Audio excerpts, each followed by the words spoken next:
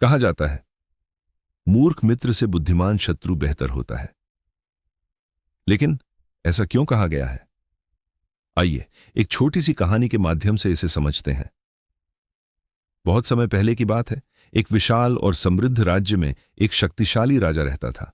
उसके पास सब कुछ था, धन, सेना, वैभव। लेकिन सबसे खास बात थी उसका एक विश्वास पात्र सेवक, जो कोई और नहीं बल्कि एक बंदर था। यह बंदर राजा का सबसे प्रिय था। वह हर समय राजा के साथ रहता, उसकी सेवा करता, और राजा भी उस पर अटूट विश्वास करता था। एक दिन की बात है, दोपहर का समय था। राजा अपने कक्ष में आराम कर रहा था। बंदर उसके पास बैठा था और बड़े ध्यान से पंखा झल रहा था, ताकि राजा को कोई परेशानी न हो।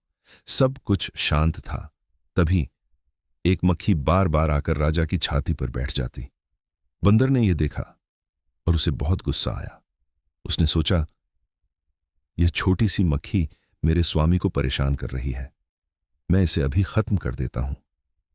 मक्खी बार बार उड़ती और फिर आकर बैठ जाती। बंदर अब और सहन नहीं कर पाया।